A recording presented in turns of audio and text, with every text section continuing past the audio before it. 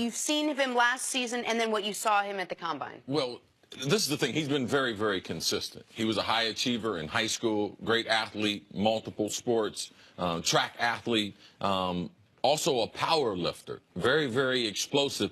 A lot of times you don't see those combinations as far as a guy who has that overall strength and has that overall athleticism, over a 40-inch vertical. I mean, it lets you, that coupled with the game tape. Because you can't just go to the Combine and fall in love with the guy. You have to be like, man, this guy, has he been a consistent performer at every level? And he's been able to do that. In normal situations, you would think, okay, who's the best athlete? He's worthy of a first-round pick, unless it's a quarterback.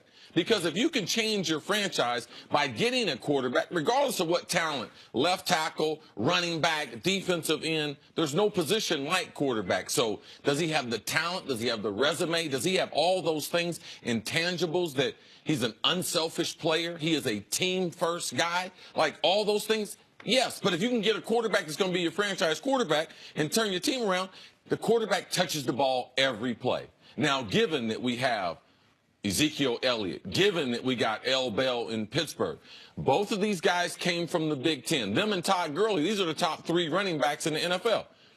Barkley came from the Big Ten. So if you look, does it transfer over? He returns kicks. He catches the ball out of the backfield. He's got great character on and off the field. Yes, he would be worthy of the #1 pick. If you were like, I don't know about the quarterbacks, yeah, take this kid because he, I believe, is a can't miss in the NFL. You have to believe that there are no franchise quarterbacks in the draft.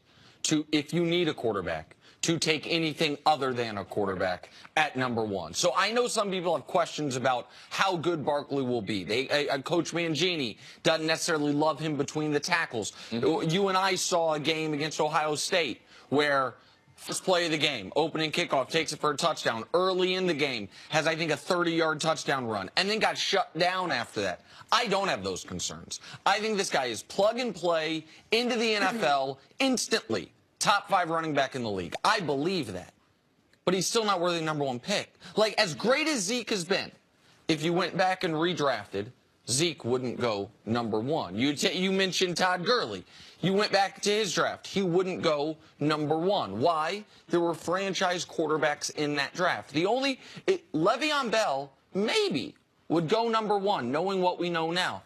But that was the odd 2013 draft, where Eric Fisher was the #1 pick, and there was only one quarterback taken in the first round. It was E.J. Manuel, and nobody believed in the quarterbacks. And in 2013, the running backs had taken a back seat as far as would they be highlighted in offenses. Fullbacks were basically deleted from the offense, and running backs, it became more of, we're going to go by committee. Now, we've seen these younger running backs in franchise have gotten back to, okay, man, we can get back to an old style of football by handing one guy the ball 20 to 25 times. The one other thing that I'll mention, because you said the quarterback touches the ball on every play, it's not just that.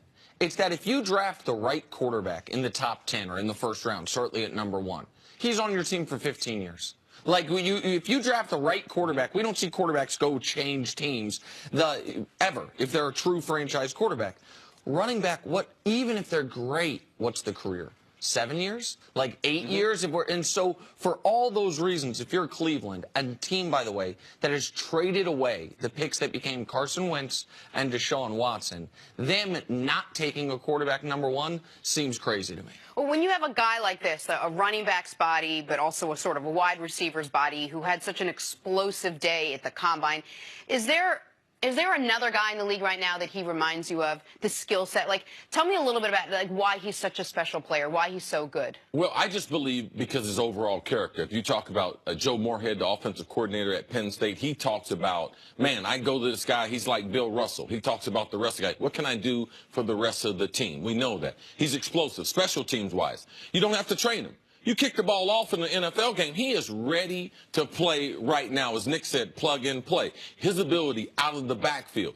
We saw him run a 4.4. I believe he's a lot faster than that. In his start at the Combine, he popped straight up. So he didn't have a great start. I believe in his pro day, he'll run in the 4.3. So that's a mismatch versus linebackers and safeties in space. We saw McCaffrey. We saw him with Carolina have a rookie year. Now, this guy is a better football player than him. So that's why right now why you look at him and say, man, it's not a matter of looking at a player. If you look at his skill set that's transferable, and the top backs, what do? They're 3-down backs, which Barkley will be on the first day in the NFL. I think they look at him, and the reason he's being discussed as the #1 overall pick is take what Alvin Kamara was able to do as a receiver and then add to that what we saw Zeke do as a runner. And I think people say that could be Saquon Barkley. And if you have Zeke's ability to run between the tackles and on the edges, combined with Alvin Kamara's elite pass-catching ability, well, what you have is one of, if not the best running back in the league. And this is a position,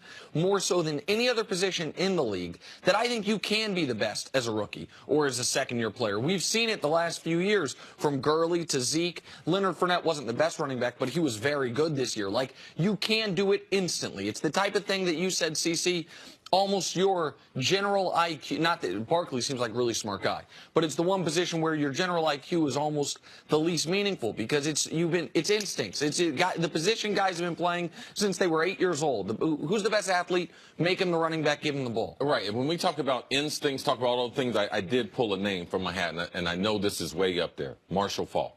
When I look at a player and see who could he be like, Marshall Faulk, when he was in the league, that's what I see Barkley in the comparison. Marshall came in as a little undersized, a little smaller than Barkley, but he evolved as one of the best 3-down backs, great mismatch against linebackers, his ability to recognize defense and everything. So that'd be a comparison that I would bring. My thing with Cleveland is, because they hold the 1 and 4 pick, I don't think it would be bad for them to take him first, because then you control more of the first round, because the drop-off between him and the other running backs is huge. Then you can still get a quarterback at 4, but you take him away from the Giants and potentially Indianapolis or other teams who might try to trade up. So for me, I wouldn't be opposed to drafting him #1. And I believe you still get the quarterback at #4, and you have the 2 best offensive players in the draft added to the Cleveland Browns. I believe that helps them instantly. Especially if you think that the talent pool for quarterbacks is pretty equal among the 3 or 4 that are up there. Yeah, that to me is incredibly risky, because even if you believe the Giants and the Colts aren't going to take a quarterback, someone could trade into that spot and take it. And if you're Cleveland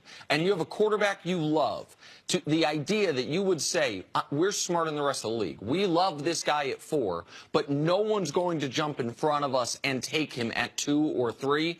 Listen, I'm a gambler. That'd be a hell of a gamble to try to say we're going to get the best player at 1 and the best quarterback at 4. It's great if it works out, but if someone jumps in front of you... Well, the other 2 teams with the Giants, they say they don't need a quarterback. Indianapolis have luck. They're not going to draft a quarterback. So this would be the time. It would be a more calculated risk. And you would control the draft if you're able to get those 2 players. That would be a breath of fresh air for the Cleveland Browns. And if you don't get the quarterback you like, you have the press conference. Hey, man, this is the guy. We had this guy ranked highest, because that's what's going to happen. Yeah, well, yeah.